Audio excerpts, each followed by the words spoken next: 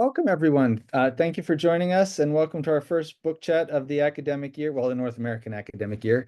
My name is Doug Larkin, and I'm the chair of the AERA Science Teaching and Learning SIG. We're glad to have you all with us today, and I know some folks are going to join us as they go, as the event goes on. And before we get started, I just wanted to announce next month's book chat because we've got one set up, and I know we have a couple more on the way. But so next month we'll be having Jody Aspel Clark and her book, Reaching and Teaching Neurodivergent Learners in STEM, Strategies for Embracing Uniquely Talented Problem Solvers. And we're really looking forward to that. So now it's my pleasure, and I put Hank on there for you, Erin. That's Hank the Tank. It's now my pleasure to introduce Dr. Erin Peters-Burton. Dr. Peters-Burton's experience as an engineer and a secondary science teacher for 15 years helps her relate research to practice in science and engineering education. She's won several state and national awards for her work in secondary science education and holds national board certification in early adolescent science. In 2005, Dr. Peters-Burton was selected as an Albert Einstein Distinguished Educator Fellow for NASA, where she advised the agency in their development of curriculum for teachers across the United States. Her work at NASA led her to be chosen as a member of the committee developing the first K-12 national engineering standards. And in addition to her work with science education in Virginia and nationally, she spends time doing classroom research in developing student scientific epistemologies and computational thinking.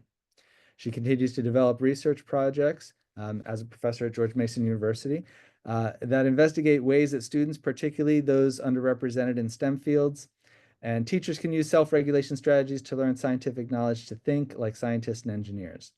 Dr. Peters-Burton is the founder and director of the Center for Social Equity through Science Education at Mason, which is an academic center that conducts research and philanthropy related to science and STEM education. Dr. Erin Peters-Burton, welcome and thank you for joining us. Thank you so much. I am delighted to be here. And I'm so happy that you have Hank on there. I noticed there was a pseudonym, Hank, in the book there, and I started wondering if every pseudonym in the book was a farm animal of some sort that you had there. Yes, almost. I didn't have my sheep at the time I wrote the book, but all the goats and my dogs are pseudonyms. And if it's an Easter egg, if you read the acknowledgments, you'll be able to match up all the names. Fantastic. So I'm holding the book here. I've read it, and I'm excited to talk with you about it. And maybe we could just start, if you could give a brief description of the book for those who may not have read it yet. Yeah, absolutely. I do want to shout out to like all the people like from my whole lifespan are like here. Like Katie Willett and I were middle school teachers together. Crazy. I just love this. This is amazing. So this book is a tangible pathway for teachers and teacher educators to help students become more aware of their learning processes, particularly in like epistemic thinking and practices, because it's really hard to teach. So you don't have to know anything about self-regulated learning or science and engineering practices until you dive in the book. And the first part is like the foundation. So, why this, why science and engineering practices, what are they, and self-regulated learning. And then the book goes through teaching these things in a coaching strategy that's explicit and reflective. And it marches through all 8 NGSS science and engineering practices. And then at the end is a little treat for researchers and professional developers. So there's a chapter on setting up professional development situations for teachers, in-service teachers, using SRL and practices, and some research designs. And then some lesson plans in a 5E format that encourage self-regulated learning. Some of those I worked on with Katie Willett, who is here. Fantastic. Just as a reminder for folks who are joining us, perhaps for the first time, or maybe I see some familiar names on there for folks who are frequent flyers on this. We're going to just chat for a minute, and then we're going to open it up for questions from anybody who might have them. And please feel free to type them in the chat ahead of time just to get them there. Erin, I wonder if we could just talk for a minute. As I read through this, I could see like these markers to your prior work, stuff that you had done. So I wonder if you could talk a little bit first about the stuff that you have done prior to this project that sort of led up to you wanting to do this book. Yeah, yeah. Thanks for noticing that. It's very intuitive. So yeah, my prior work was looking at how students understand nature of science using self-regulated learning and metacognitive prompting. So a lot of that work really landed in that explicit reflective versus implicit teaching kind of realm. And so as I was writing these chapters, it occurred to me that explicit and reflective is really the self-regulated learning cycle, minus some other things, so explicit and reflective don't really give you the whole picture in terms of self-regulated learning as a theory. So adding those pieces, but amplifying them within the explicit and reflective literature, I think really helped make that a little more tangible, because self-regulated learning has like 12 to 15 different processes within a cycle. And you can really get yourself hung up on all those little details. So looking at it from like a teacher perspective, it's like, I really need to know what's the practical way to approach this. So that explicit and reflective approach, I think, is really very practical, and it helped translate from nature of science to practices pretty easily.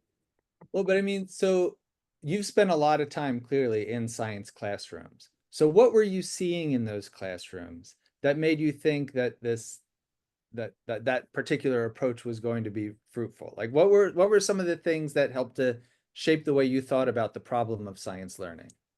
Yeah. So I saw a lot of students going through the motions, right? So when they do an investigation, they would follow directions, they would get some numbers, they would analyze it. The numbers sort of worked out that they could fit it to the theory. So if you are doing that, like that's the cookbook method. And so I felt like students needed some underpinnings, but it's really hard for a teacher to articulate that, because like if you say something like observe or measure, like to science educators, that means a lot of things. But to students, that could mean very different things, or maybe nothing at all until you see what everyone else is doing around you.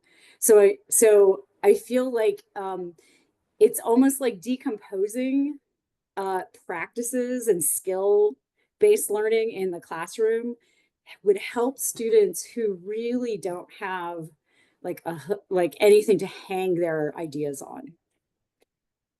So I'll give you an example. So as you know, like I came to this country and I moved around a lot. And so when I would I know go that to they might not know that. A little bit. I mean, we were talking. Sure, yeah. So I'm originally from Northern Ireland, and so in my high school years, I went into the foster system in Philadelphia from New York City. So here I am in Philly. I'm in new schools, and I remember very distinctly in physics class, excuse me, people were, the teacher said, here's a lab, let's go do a lab. And everybody like put their stuff away and got ready to do a lab and ready to go. And I was sitting there like, how does everybody know what to do? Like, I've never even heard of this kind of thing. And so, and then they just started measuring and doing things and filling in data tables. And I was like, I was aghast, And so it didn't even occur to me until like later in college, which took a little while for me to do. But later in college, then I was like, oh, wait, like there's things that I should have known to do ahead of time, before you do them. And there's reasons you do these things, and science values these things. So like if somebody had made that clear to me, I feel like I would have learned science a lot earlier and probably better than I do now, I guess. Well, then now let's fold into that. NGSS is this big thing, but you picked the practices. So I can pretend like I can make up something that sounds good, like why you might have done that, but I kind of want to hear your perspective on like why you thought the practices were a good fit for this process of learning, self-regulated learning. Okay, then you can tell me if you think it matches from what you read. So I think the practices are the linchpin. So content is important, but I think we're, as teacher educators, we're pretty good at teaching content and assessing content, where you could memorize something, but is that doing science? You would learn the content. It's like that the 1990 argument that Rick Duschel has. Is like you can learn the body of science, but it's not doing science. And you don't know the whole picture. So the practices really put together the content understanding, because you can't do practices without content, but you can learn content from practices. But then also the epistemic thinking is really important. If you don't know why you're doing what you're doing, that's going to be really difficult to like really internalize the practices and the whole picture of science. So if you can do practices, it links together the why you're doing it and the outcome of doing it, which would be content knowledge. So I feel like and also it's really hard to teach practices and assess practices. Like skill-based stuff is very sort of amorphous and it's not convergent like content can be. So if teachers don't have sort of a clear map of how they might teach practices, and this book like recommends that you really break down what is it about the practices that you want students to be able to do. And if you can do that, then I think it makes it a lot more tangible and a lot more effective and easier to assess. Yeah, I think that decomposition of the practices was something I hadn't really seen elsewhere. I think that's something that and I had to think about it a lot, because when I think about like the way that these practices are taught, sometimes they're just sort of woven in there, right? And they're often not decomposed in this way. And I can imagine some people might argue with the act, don't decompose it that way, decompose it this way, right? But that's Sure. but I think that was sort of what I was thinking of why, because it's very you couldn't do this same sort of thing with content knowledge. I mean, you could, but it wouldn't look the same, because here you're actually doing things with each of those. Yeah. And Um, I'm not wandering too far away from the original self-regulated learning sort of literature, because that was usually sports based. So when you're like learning how to learn the self-regulated learning cycle, they practiced on like free throws and dart throwing. So things that you could tell if you were getting better at it. right. So my own lateral reading from this was going and looking up some of the Barry Zimmerman work, because I was not familiar with any of that. Oh, wow. And so I wonder if we could go there for a little bit. Can you talk a little bit about self-regulation theory and that work that Zimmerman and his contemporaries were doing around self-regulated learning theory? That was very, I mean, I had heard some of those things, they waft down to you, but it's a very psychological view. It's very cognitive psych view of learning. So could you just talk about that a little bit, and where you encountered that and why it made sense to go that route with this? Oh boy, can I talk about it? We got an hour, but Yeah, right. So my chair was Anastasia Kitsantis, whose chair was Barry Zimmerman. So this is an AARA talk. So I just wanted to give a shout out to Division C AARA, where Barry Zimmerman like selected me as a mentee. So I was able to like actually work with him for a little bit, which was fantastic. So self-regulated learning is like a three-phase pathway of learning. And it's self-regulated, so that means that you can't really impose it on anyone, but you can set up an environment for someone to be motivationally, behaviorally, and cognitively aware of what's going on and trying to improve their understanding of their learning. So you can think of it as a before learning forethought, a during learning, which is performance, and after learning, which is self-reflection. So when you get a learning task, let's say you have to build a graph from a data set, then in forethought, and I'm going to really super oversimplify this. Like I said, there's like 15 different sub processes depending on how you slice it. So the forethought piece really lands into what sort of affective feelings do you have, like self-efficacy? Do you value it? What kind of goal orientation do you have for this learning task of making this graph? And then forethought is also setting goals. So if you set a goal that you're just going to get through the class, that's not very self-regulated of you. But if your goal is you want to make sure that you get the X and the Y axes correct, then that's quite good. So then when you're creating your graph, you know what to focus your attention on because you set a goal for it. So when you focus your attention on, y-axis should be this and x-axis should be this because it's the type of variable, then you can monitor your performance. And then self-reflection is when you get feedback, whether it's your own feedback, whether it's from a peer or physical feedback or from a evaluator, then you get that feedback, you either trust it or you don't. And then you sort of deal with it and you attribute your successes and failures to certain things. If you attribute your successes and failures to external things, that's not very changeable. So that's not a great thing to do. You want to attribute your successes and failures to internal, your processes.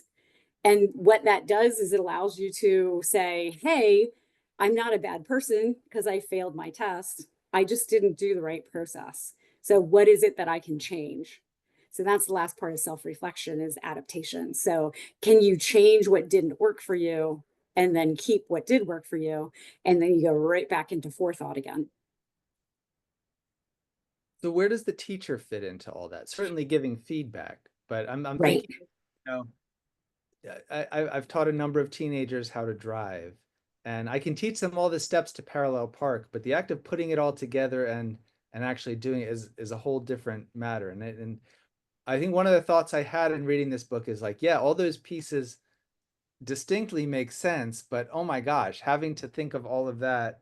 I mean, teaching is like that anyway, right? But like having to think of all of that in the moment as a teacher for each of your, 25, 30, 35 students, um, it seemed overwhelming. So how do you think about that role of the teacher? Well, luckily Barry Zimmerman came up with a four-phase coaching strategy. So, and it's like teaching somebody to ride a bike. So that if there's 4 stages, there's observation, which is modeling. So as a teacher, you would model something very similar to what you're expecting your students to do. And then it's emulation. So you ask your students to do that thing, but you support them quite a bit. So get on the bike, ride it, and you're hanging on to the back of the bike really tightly and running behind them. And then the next stage is self-control, which is you fade a little bit of that support and let them do it on their own. And they should start to automate some of those processes. And if they can automate those processes, then they're self-regulated, which is the 4th phase. So those phases don't happen quickly, as Andrew Porter knows from his dissertation. But with science ed, there's a whole nother piece that you can put ahead of this self-regulated learning, and it's cognitive apprenticeships. So if you do a cognitive apprenticeship cycle, it very much matches up to self-regulated learning. So you can imagine like the model would be a teacher does cognitive apprenticeship and the student would be doing the self-regulated learning, heavy on the cognitive apprenticeship at the beginning, and then it should shift over to the student to do the self-regulated learning. Right. Well, I think about that. So is that situated learning, it connects in many ways to communities of practice and the question of like, where does the knowledge live, right? It's living in the practice.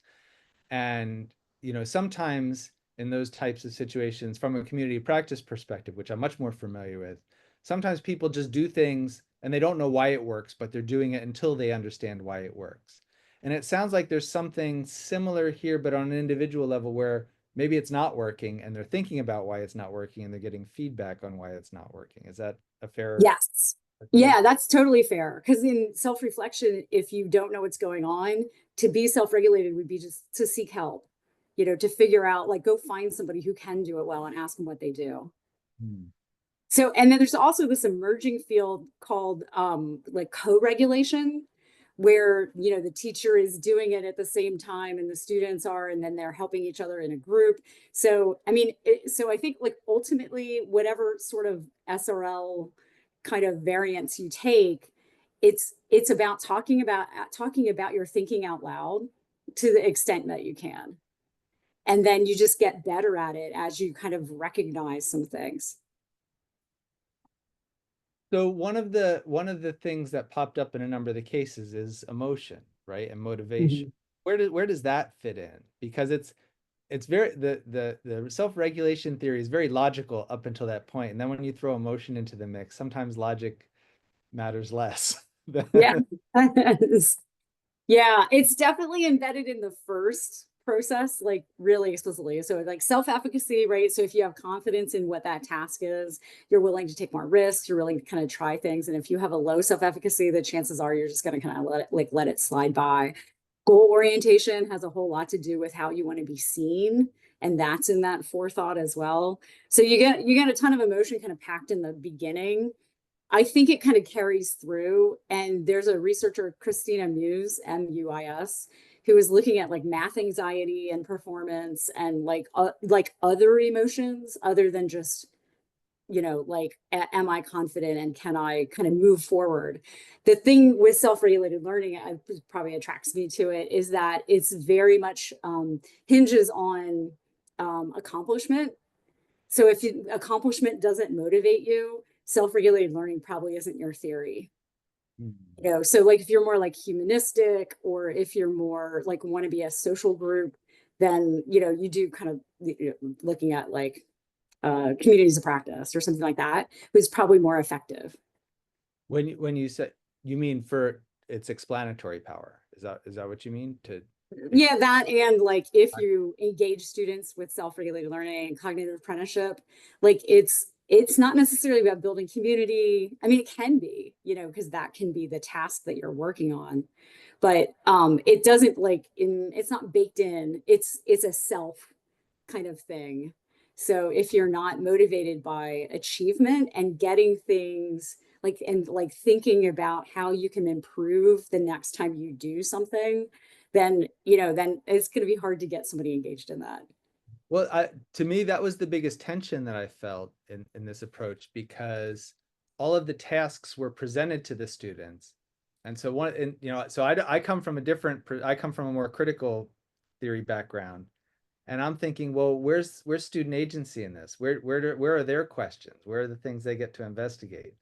And can self-regulated learning say something about those students as they investigate, what's of interest to them? Or, if they're speaking back to power or doing, all these other critical theory kind of things. But Sure. how do you think about that student agency piece in that? Yeah, so I think the student agency is a meta piece of the whole thing, because the more one of my geologist friends and I wrote a book chapter on self-awareness of learning and as like an agentic agent in someone's life. So if you are like, so instead of things happening to you, and I realize a lot of the tasks were happening to them, but in a way, if you could learn how you learn in a particular situation, because, being fully human means you have lots of different ways of knowing, and you can kind of engage the ones that are more appropriate in certain situations, but you have like a whole toolbox of ways of knowing. Then, if you can engage those things, I think there is some agency to it, that like, because you're in charge of your own learning. So I think like the third story, the third level of this whole thing is, yes, the tasks might not give much agency to students, but the freedom to understand how to learn independently and without in a classroom, you could go and do this on your own. I think that's the agency part of it. Yeah, because I'm thinking about my own high school science experiences. I can count on one hand the times that I felt that I had that level, that I was allowed to go learn something on my own rather Yeah. than, be told. So I can see that. I'm going to ask one more question, but I want to just give a heads up. So everybody in the from the This Is Your Life, Erin, in participants group, feel free to you can either unmute yourself or do the hand raise thing, or just wave at me from the video. and we'll give you a chance. It can be a comment or a question if you want to contribute something or add on to something that Erin has said, especially if you were part of this, please feel free. I want to ask about, so again, there's a language choice, and maybe this is related to the SRL, just sort of, uh, you know, paradigm, if I can say that word, right? Like way of looking at things. So the language of adaptive and maladaptive, I was wondering to what, right? Like, so we're talking, I could see like this was in my head, I was reading it as, okay, this is a situation where it worked, and this is a situation that it didn't. But I thought that there was probably some real intentionality behind the language there, and I wanted to just unpack that a little bit around adapt. Because each of the, for those of you who haven't read the book yet, so there's eight of the middle chapters. Each one is a case that's sort of situated in one of the 8 NGSS practices. And there's a case, so the first one is with a potato chip bag design, right, where you have Clarissa and Bridget are each doing it, and Clarissa makes progress and Bridget leaves, a little frustrated. But I wonder if you could just sort of talk, maybe we could talk about that case or any of the other ones that you want, but that language of adaptive, maladaptive.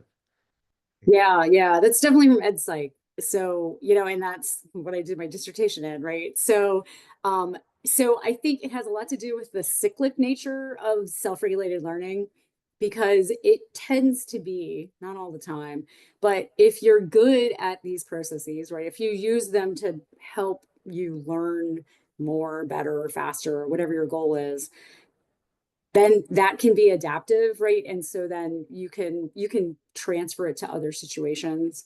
When it's maladaptive, it tends to like cycle down and you get worse and worse and worse. So for instance, like with forethought, if you're just like, I'm not setting any goals, or my goal is I don't want the teacher to look at me and I just want to get out of here by the end of the class period, right? That's like maladaptive. Like it's just like you're not going to change your ways. You're just going to kind of go under the radar, and that you might get better at going under the radar, but you're not going to get better at learning. Right. And I mean, so I think of students that I've worked with who have intentionally chosen that because it can be because of racism situation, or some sort of student feeling threatened in some way, that it was a survival choice to not engage in that way. And so I guess from a science learning perspective, it's maladaptive, but to their survival, let me get out of this, it's adaptive to that situation. So I guess that when I hear the transfer part, that to me, that's what made it click, right? Because it's very closely connected to the goal and the other things that are connected to that goal as well. Right. And and you can set a goal for just about anything that serves you, so that's what's the great thing about it, is that you can use this cycle if you want, to be a better criminal. you know, it's very adaptive. So, I have plenty of more questions to ask, but I want to just pull back a little bit, and let's open up the I was going to say phone lines, but that's not quite what we're doing. Let's You open said this is your life too, man. for to anybody who'd like to either pose a question to Erin, or add to what has been said so far. And I'll use wait time.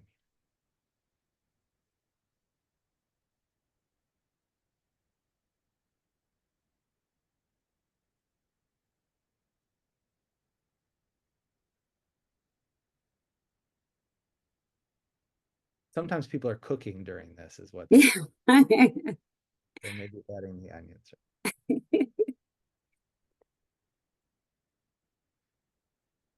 All right, is my chat not up? Okay, no. All right, so let's I'm gonna keep going, but please, I'm gonna ask some of you to go ahead and throw. I'll type it in the chat. Please put questions in the chat. And, oh, that sounds more imperative than I meant it to, but tone in chat. Could you please put questions in there? So maybe let's talk about the like what this actually looks like, right? For, again, so we're talking about individual students, but I'm also thinking about, you talk about preparing teachers to use this in their teach. So what sorts of things do you tell teachers, right? Where's the first handhold on this where they can start implementing pieces of this into their practice?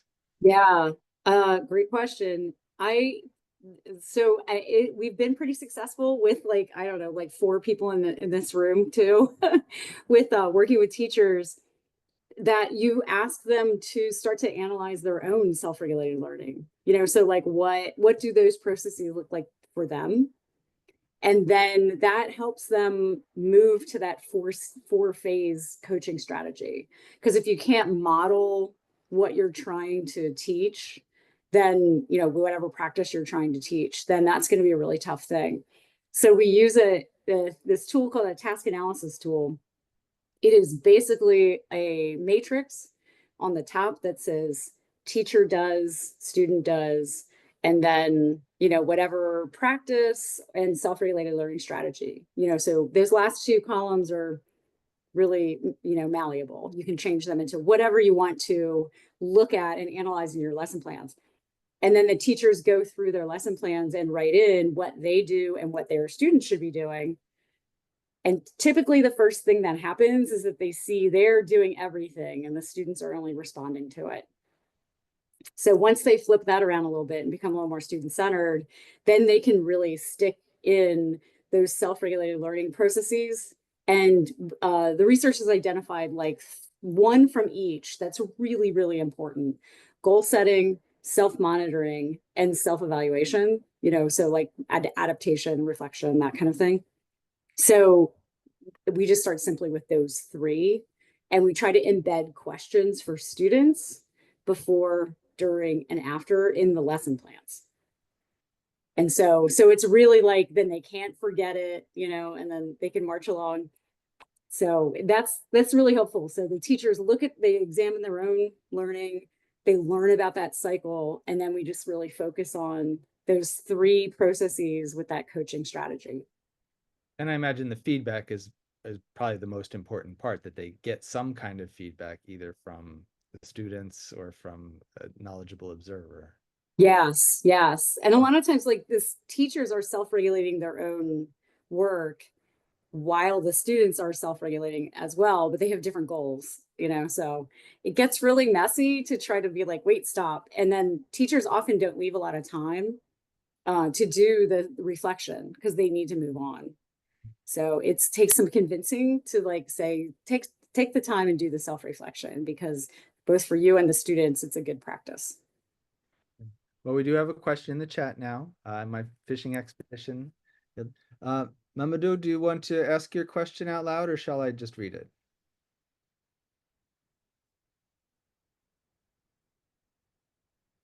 I'll just read it. So what happens to large classes where students don't get feedback? Are there other ways they can self-reflect? And we know that's an issue, right? Yes, right. Because the self-regulated learning stuff really started with, like school psychology and individual people. And then, I'm trying to shove it into the classrooms where there's 30 people. You have to monitor all of these different processes. So Katie can probably answer this question better than me with her 7th graders. But so she has these really interesting, like, daily set your goal. She gives students language. She works with them in their language.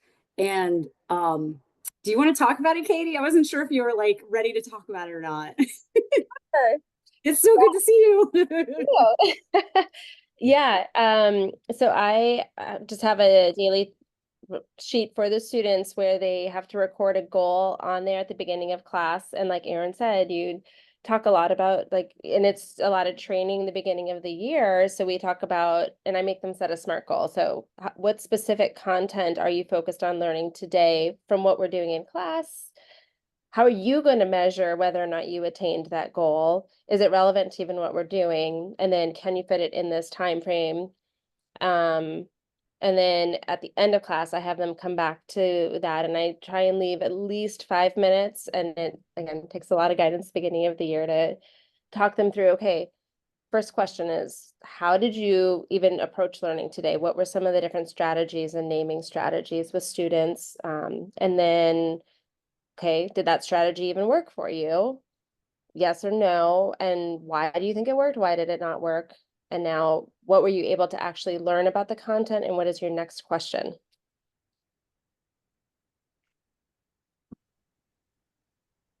And how many students are you doing with? So is it more like an exit ticket kind of thing where they're, yeah? Okay. Yeah, it's our daily exit ticket and our daily bell ringer. I do it with 145 kids. I consider that a large group.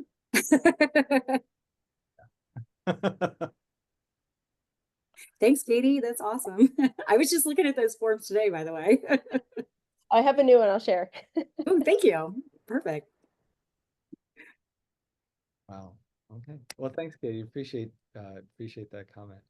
I want to make some space for anybody else who'd like to jump in and perhaps pose a question to Erin.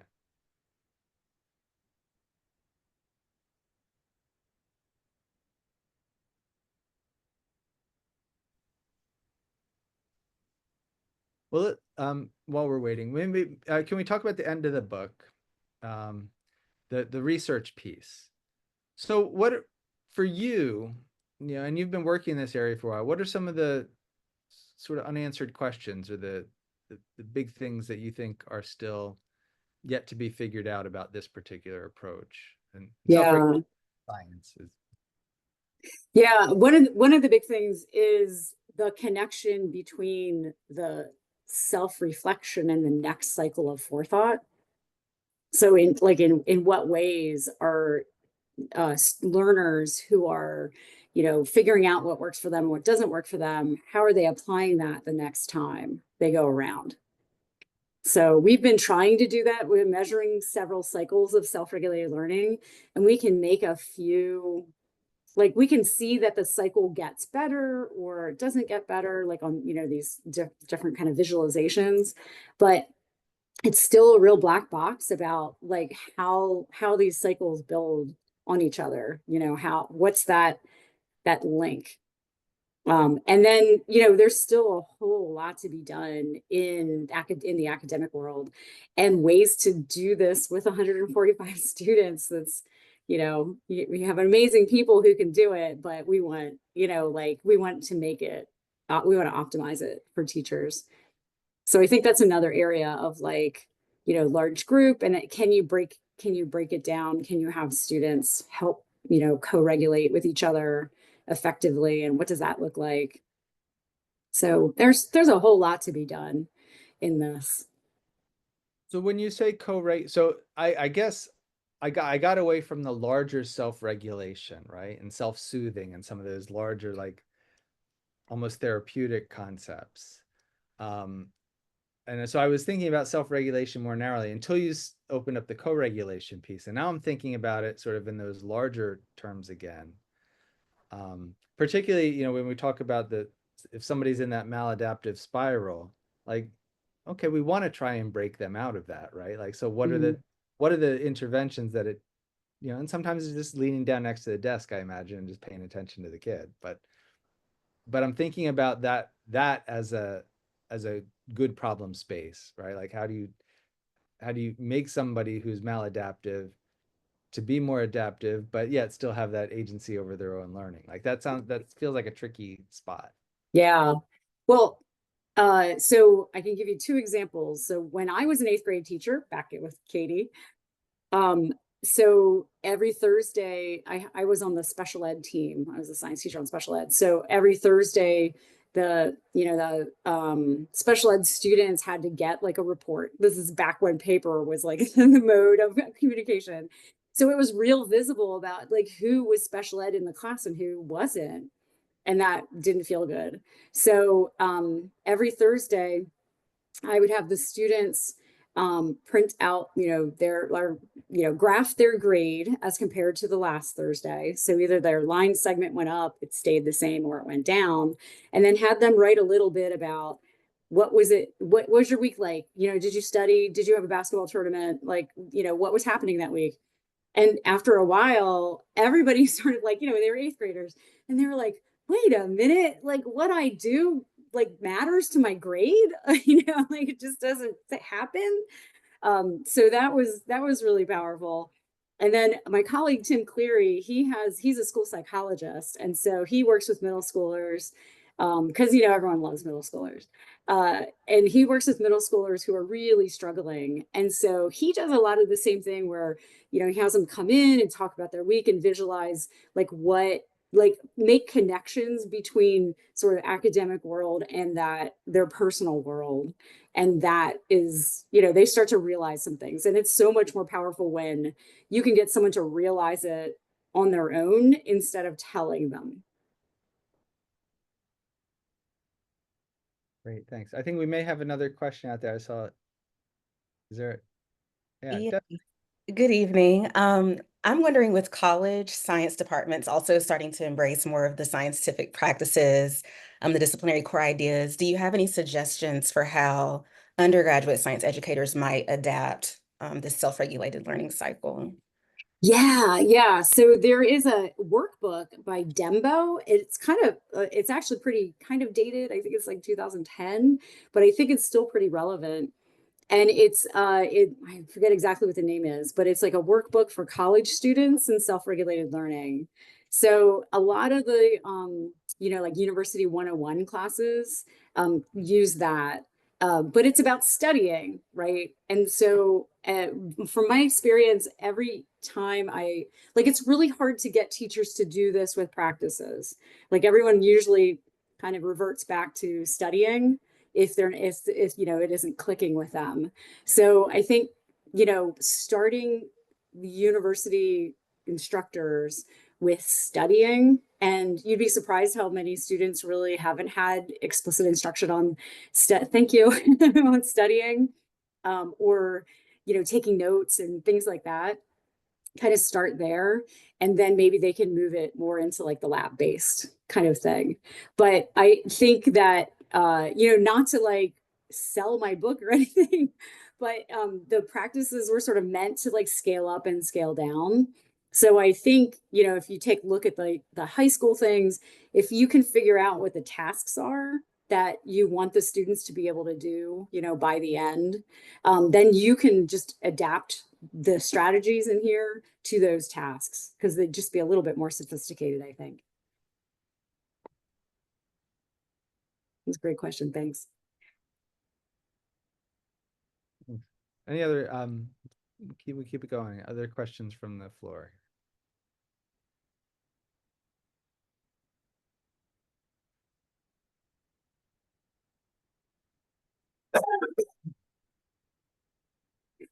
Oh, got a false start there. That was my husband coughing in the other room.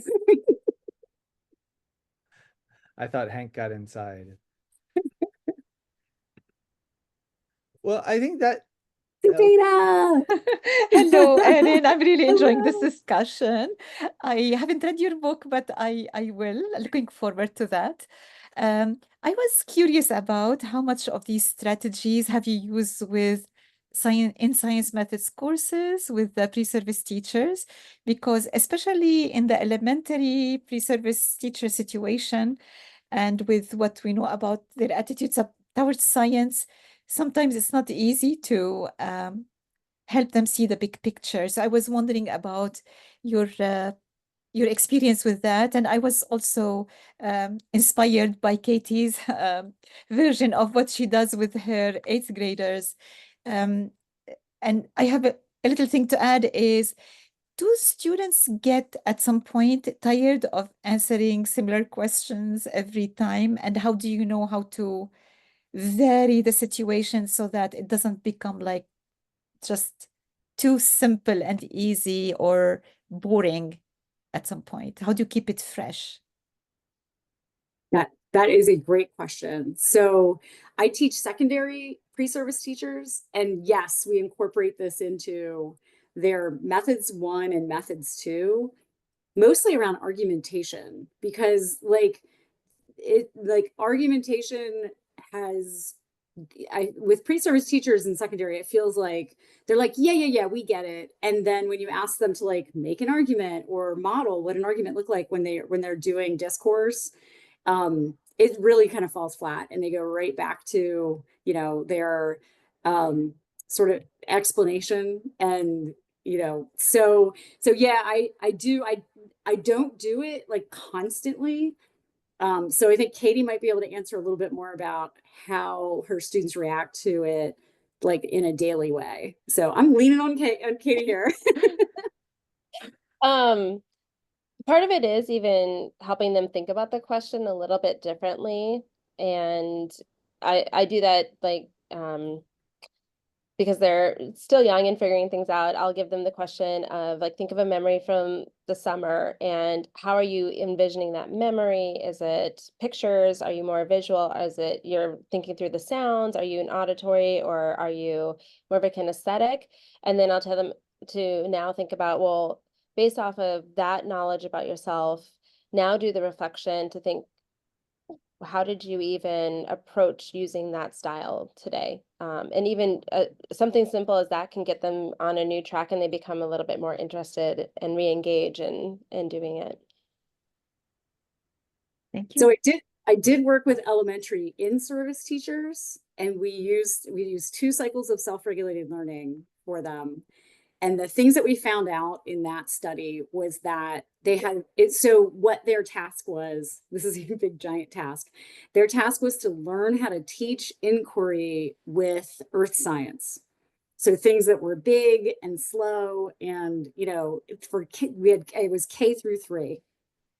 So I wanted to monitor their self-regulated learning about learning how to do inquiry in earth science really closely, because like I could lose them. It was a real slippery slope, you know, like once you lose them, I'm like, oh gosh, you know, they came in with really low self-efficacy, but they came in with very high task value. So that was nice because it's in-service teachers and they kind of elected to be there. And so the task value actually carried them through that first cycle of self-regulated learning, so that then by the next cycle, you know, so the first cycle was like looking at the star Earth or the sun Earth moon interactions, and the second one was the planetary system. So the second cycle, their self-efficacy was up and their task value was still up. And so they felt really confident with the outcomes. So when they were self-reflecting on the outcomes, like the scores went from like a 6 to like a, you know, 8 or 9. So they were really happy with their own work.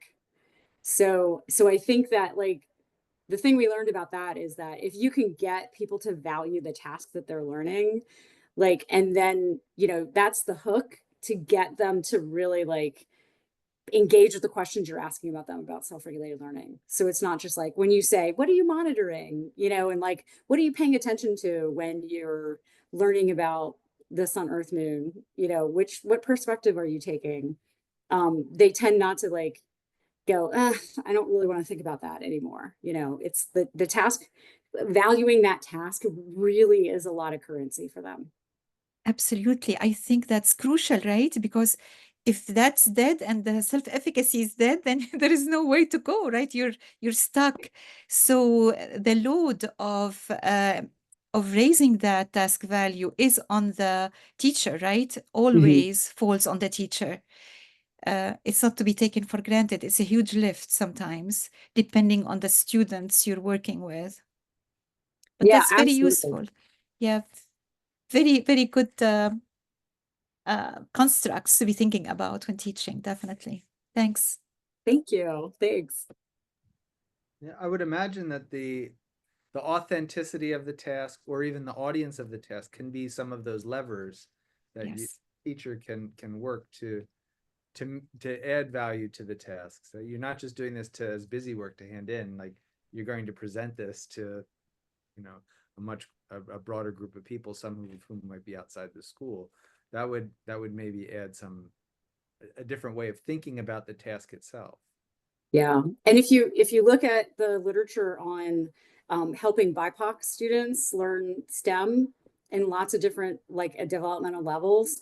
There's like 5 things that really help. Mentoring, right? So that means you have to have people in place for that. So until then, you probably need a bridge. So it's things like authentic contexts in their learning, cognitive apprenticeships, modeling, and having multiple cognitive levels to enter the problem solving. So there's like 4 of those 5 things really are attended to in looking at like helping students become more self-aware of their learning. Because you can't do it without an authentic context, really.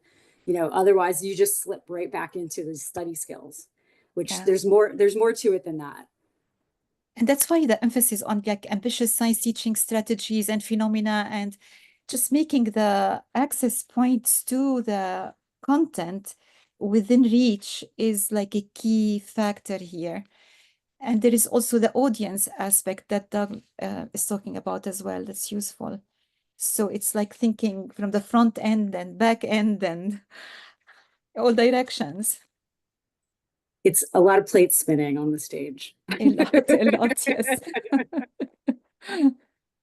But after a while, like it's an investment though, because like we know from like the work that Katie and I have done is that if you invest the time in getting the students to know the language of self-regulated learning and like getting them to understand that bell ringer and then that wrap up is really important about like what they did that day.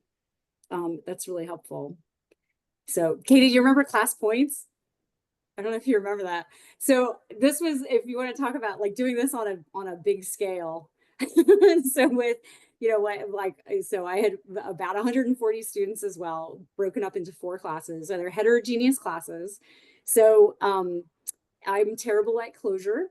And so when I was an 8th grade teacher, I had the last 5 minutes, I would give them something to evaluate the students, themselves on every quarter, and it bumped up every quarter. Like it's harder and harder every quarter. So like the first quarter would just be like, were you behaving? Like behaving like not like a barbarian, but just like behaving. And so the point system went from a -4 to a +4. And so the students had to argue for what points they would get as a class. And then at the end of the quarter, I'd give them some pizza to take into the cafeteria, the highest scoring class, so that they could like wave it in their friend's face, because this is helpful. And so those students had to like say, hey, we were 3 because like we came in, but this person didn't get started. And then I would like, say, well, I don't know. I had to stop the class and like, we smashed a test tube. I think that's more like a 2. And they would argue with me. And it was great because like that in mass was really self-regulatory because like the students had to agree on what number as a class. They had to reflect on, their behavior. And then of course we got more cognitive, like, as the semester went on, and it was all great fun because then, we hand out pizza to them. And I used to have them eat pizza in my room, but then they don't want to hang out with me. And that wasn't very motivating. It did not float their boat. So when I figured out they just wanted the pizza, they didn't want me, that it worked out way better. But they had to use arguments based on evidence, right? Yeah. And it was all about evidence. Well, and it didn't hurt that if I had a substitute, the scores went from -8 to +8. And like no argument, whatever the sub wrote down was it. So my substitute teachers like to come back. They were angels.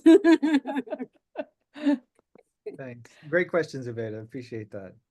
I am excellent at closure, Erin. And so I want to ask maybe one, it's kind of a big question, so maybe we don't have another hour to answer it. But if you had to explain to a parent, or maybe Katie has to do this regularly, I know we just had back to school nights, right? Like, why metacognition and self-regulation supports learning? Like, if you had to say, like, this is why it works.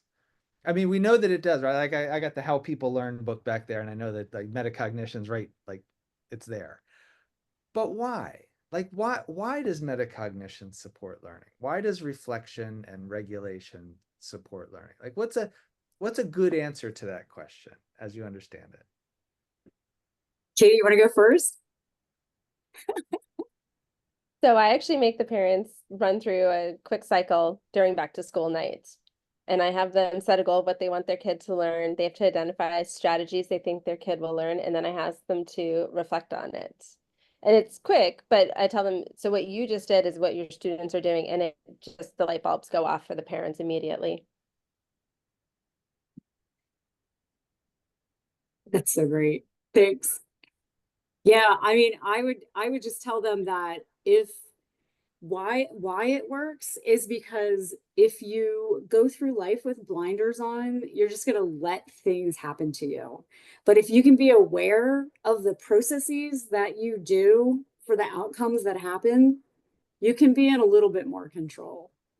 You know, not that you need to control everything in your life, but like making good decisions does have an influence on happy outcomes.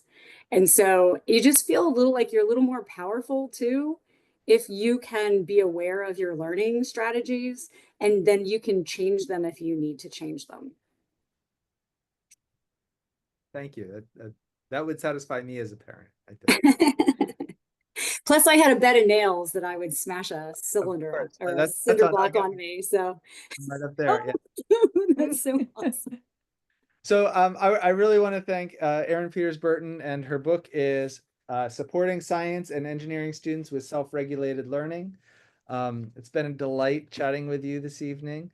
And I think what I'll do is I'll hit stop on the recording, and if people want to just hang out for a minute and anybody wants to say hi, I won't do the Zoom killer thing where nobody gets to talk to anybody else, except anybody watching the recording in the future. For you, it stops now. But thanks everyone for a wonderful discussion. Thank you so much.